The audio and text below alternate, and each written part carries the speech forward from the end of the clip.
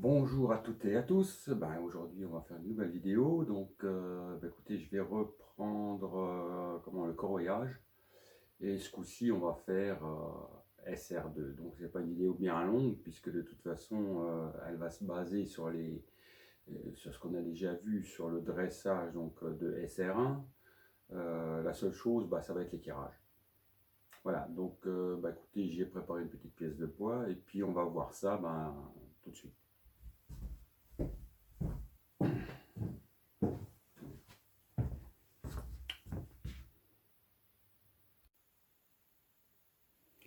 Donc voilà, on a donc notre pièce de bois.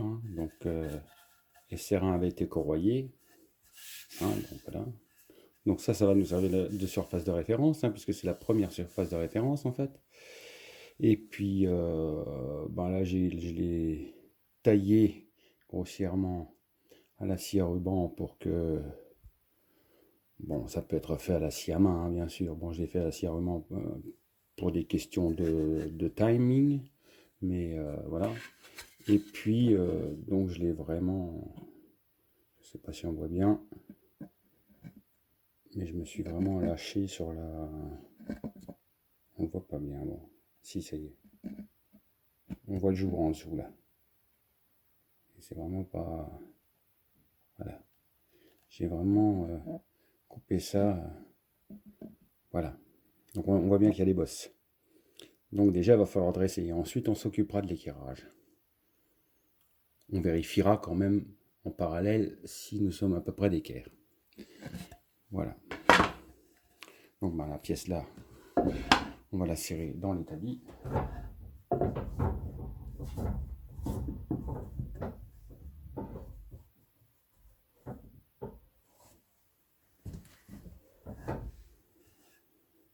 On contrôle aussi un petit peu le fil du bois, pour être sûr que l'on va corroyer dans le bon sens. Il faudra qu'on fasse aussi une petite étude justement sur le fil du bois pour voir dans quel sens on positionne les pièces pour corroyer, que ce soit dans une raboteuse ou à la main. Bon, enfin voilà, je suis un petit peu mou, je suis un petit peu fatigué en ce moment. Je vais donc commencer par enlever toutes les bosses. Donc je regarde où j'ai les bosses. Donc j'en ai devant et j'en ai à peu près ici. On peut aussi très bien dire, voilà, si vous n'êtes pas sûr de votre coup, bon, c'est un peu scolaire, c'est de faire ça. Là on a une bosse, là on a une bosse. Voilà, c'est scolaire, mais voilà. Vous pouvez, à la place de ça, vous pouvez prendre une règle. On peut aussi faire comme ça.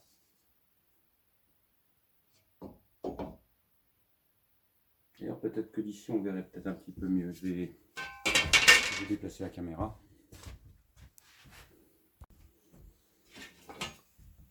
Donc, est-ce qu'on voit mieux là?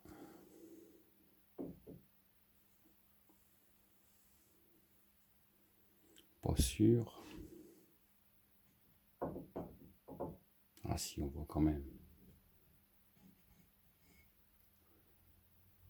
Donc voilà. Donc maintenant, on va faire sauter les parties que j'ai hachurées. Donc toujours pareil, un rabot, c'est ce qu'il y a de plus classique.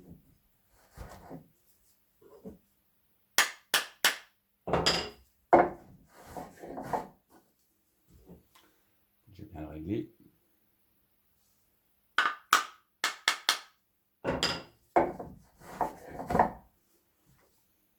Je viens de l'affûter, alors...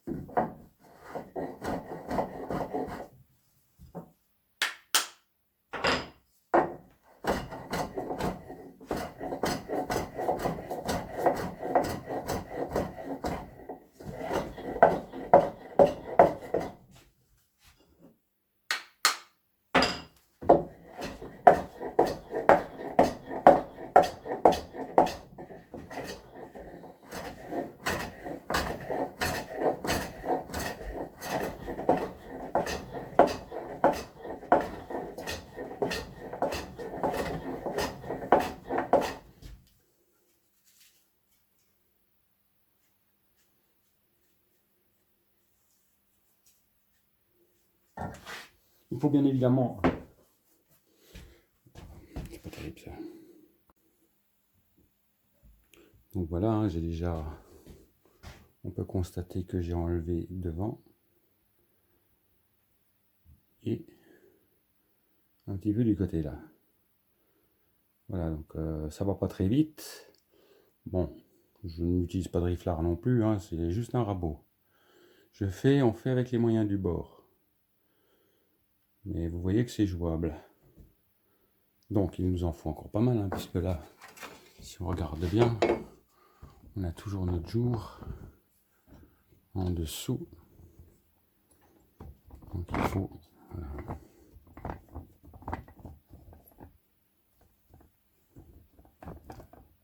On a toujours un jour ici, tout le long. Donc il faut encore qu'on descende. Ce qu'on va faire tout de suite.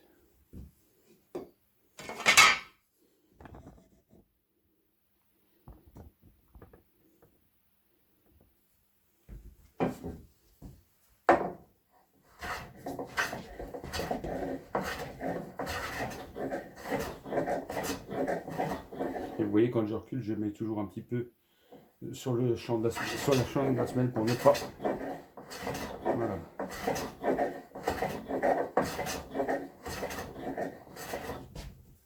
On va mettre un peu plus de fer si on veut. Ça va vous brûler un peu plus aussi.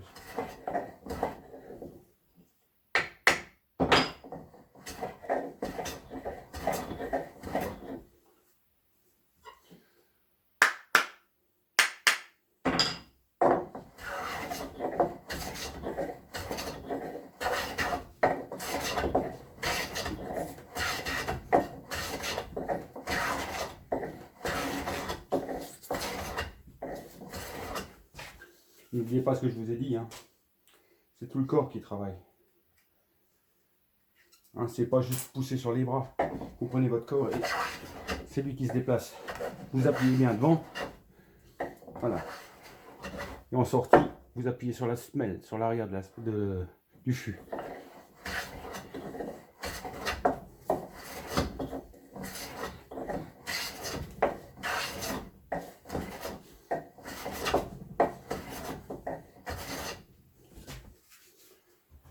On ne fait pas de gros copeaux. Le problème de ces rabots là, c'est que souvent ils glissent. C'est-à-dire que quand vous avez une petite résistance, le fer a tendance à reculer. Donc vous êtes toujours obligé constamment de taper dessus.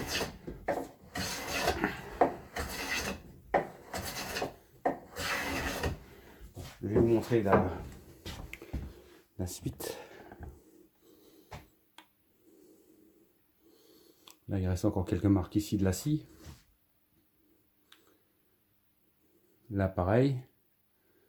On va pouvoir commencer à contrôler et l'équirage et la planéité de ce champ. Donc la planéité, c'est simple, hein. Bon, je vais peut-être pas vous le montrer en détail. Vous mettez une diagonale, vous mettez bien le long et vous regardez. Le milieu est encore un peu creux. Dans ce sens-là, pareil, au même endroit. Nous avons un creux ici. Ce qui correspond à la trace visible. Ensuite, bon bah ça c'est mon SR1. J'ai comme toujours un petit contrôle. Écoutez, on n'est même pas trop mal. On n'est même pas trop mal. Je vous montrerai tout à l'heure. J'ai déjà essayé de finir de dresser. C'est juste un petit contrôle comme ça, vite fait.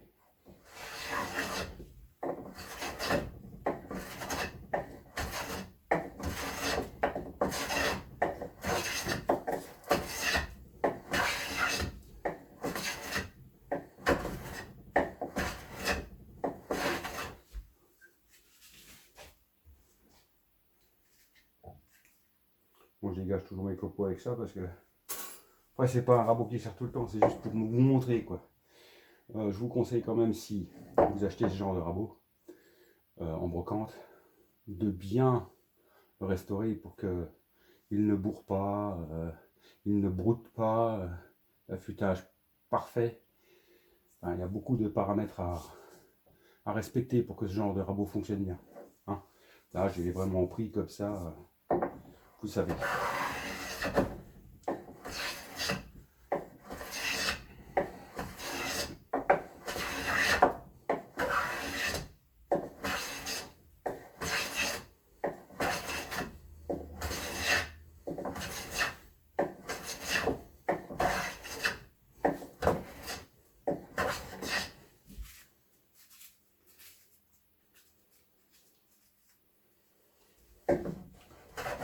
Et on continue.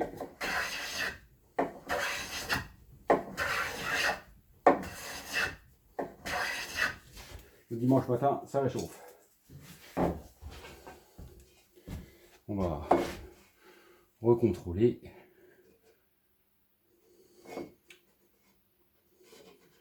Là, on a encore quelques petites imperfections. Je vais vous montrer ça d'un tout petit peu plus près.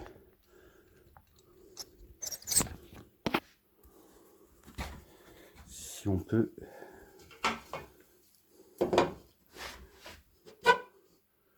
Je ne sais pas si on voit bien.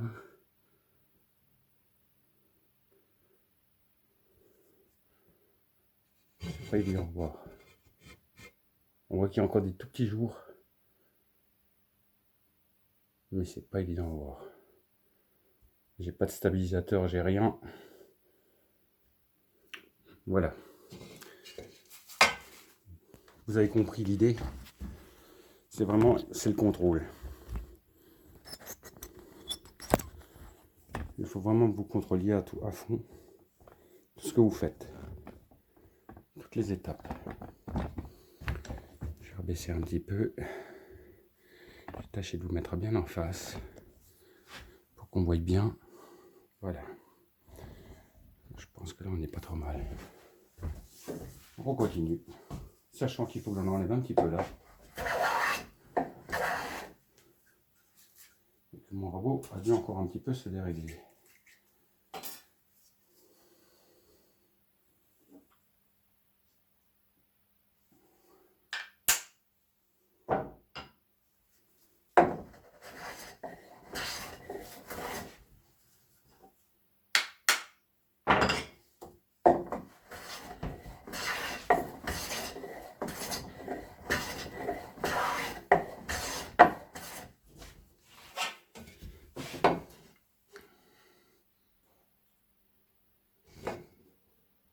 C'est de mieux en mieux. J'ai encore une petite bosse sur l'extérieur aussi. Donc juste sur cette zone là.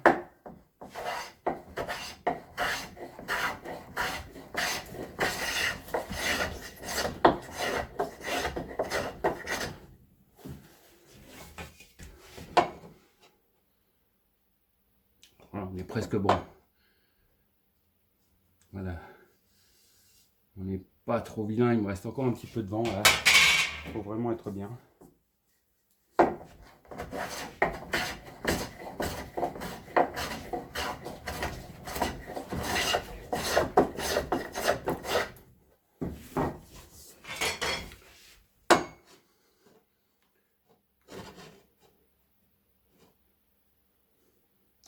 Bon voilà, pour mon œil ça me satisfait.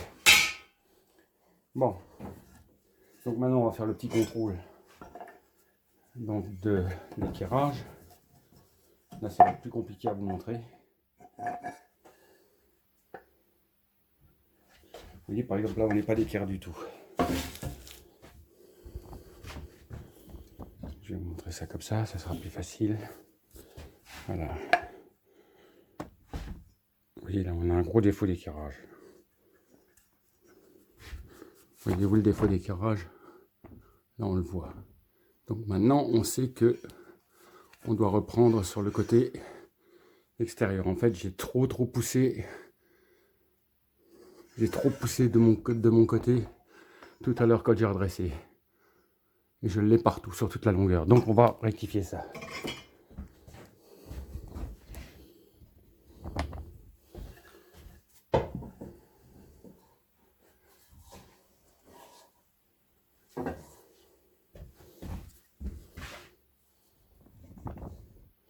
Donc il faut bien qu'on prenne sur la partie extérieure. Donc je vais peut-être vous mettre en face. Ce sera peut-être plus simple.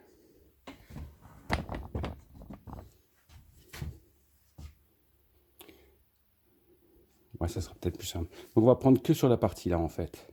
Puis on va essayer de voir ce qu'on peut faire.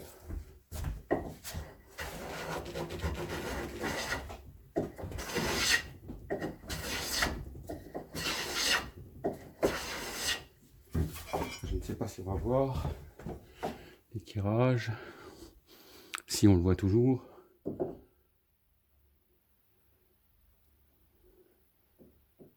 Là pareil, on va le voir, je revérifie avec vous. Si on voit quand même qu'on est un petit peu... Voilà. Donc je renlève encore un petit poil.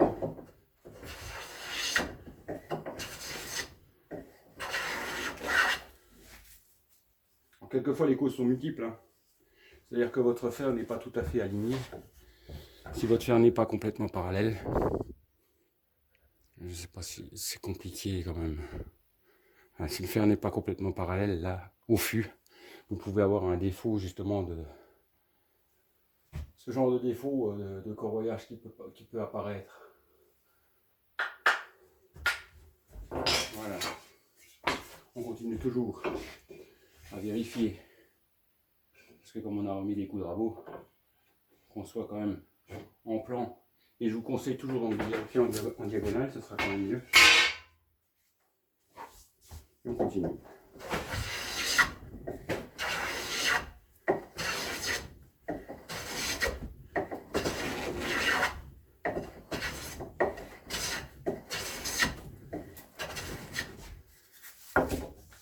On n'enlève pas trop.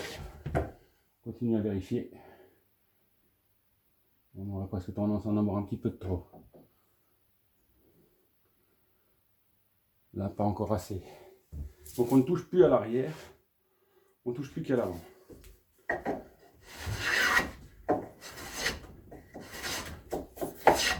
Voilà. Il faut y aller doucement. Vraiment y aller doucement. Toujours reprendre avec la règle. Et revérifier. Et voilà. On y est. Et on y est. Après, on peut faire une petite passe de finition. Un petit peu partout.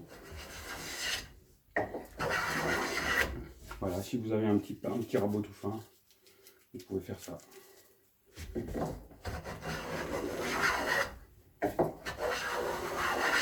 Voilà. Je passe sur toute la longueur pour être... Alors en général on fait ça plutôt à la varlope, hein. Ce serait quand même pas mal. Vous voyez là j'ai dû me recreuser sur le devant. J'ai recreusé sur le devant. Il faut vraiment y aller en parcimonie. Voilà. Après il n'y a pas grand chose. C'est la valeur d'un copeau. Mais...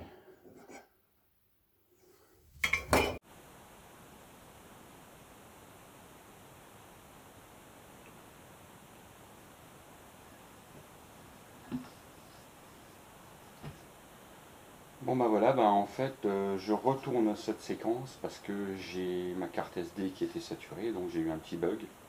Donc bah, j'ai fini l'ouvrage, hein. On voit, je vous indique ici ben, que ça c'est bien l'équerre, que là c'est bien l'équerre, que j'ai bien contrôlé les diagonales, qu'on est plan. Donc en fait celle-ci est parfaitement perpendiculaire à celle-ci. Voilà. Pour matérialiser la chose, ben, j'ai fait une petite marque sur le champ. On la voit ici, là. Et bien, sur ce, ben écoutez, cette vidéo n'est en aucun cas un tuto. Hein, il va falloir que vous vous entraîniez beaucoup pour arriver à un résultat impeccable, enfin impeccable, acceptable. Et c'est pas parce que vous regarderez les tutos que vous y arriverez. Ne vous illusionnez pas. Je veux pas vous démotiver, mais allez à l'atelier, prenez un rabot, entraînez-vous. Vous allez avoir des problèmes de coupe, des problèmes de ceci, des problèmes de cela. Ça va pas être facile d'essayer d'avoir un équerrage. mais il n'y a que la pratique. Je ne peux rien vous dire de plus. Vous seriez à l'atelier, je pourrais vous indiquer le bon geste ou ce que vous faites mal. Mais en autodidacte, c'est très compliqué quand même. Vous n'avez pas quelqu'un à côté de vous qui vous dit c'est comme ça qu'il faut faire, ou ça ira mieux, essaye comme si. C'est compliqué. Enfin voilà, ça c'est le petit aparté qui est très important en fait. Et ben, je vous souhaite sur ce de bonnes fêtes de fin d'année. Et puis à une prochaine vidéo pour l'année prochaine. Je vais réfléchir à ce que je fais. Hein, je pense qu'on va commencer tout doucement à utiliser un petit peu de machine, un petit peu. Enfin, je vais vous montrer quelques petites réalisations. Je pense qu'on va partir plutôt comme ça. Et puis quand j'aurai une idée de choses qu'on peut refaire à la main, et ben on passera par là. Il y a encore du sillage, il y a peut-être encore des petites queues d'aronde, mais enfin bon, ça, il y a X mille vidéos là-dessus. Enfin voilà, bon ben bon dimanche à vous et puis bonne fête de fin d'année. Je vous remercie. Au revoir.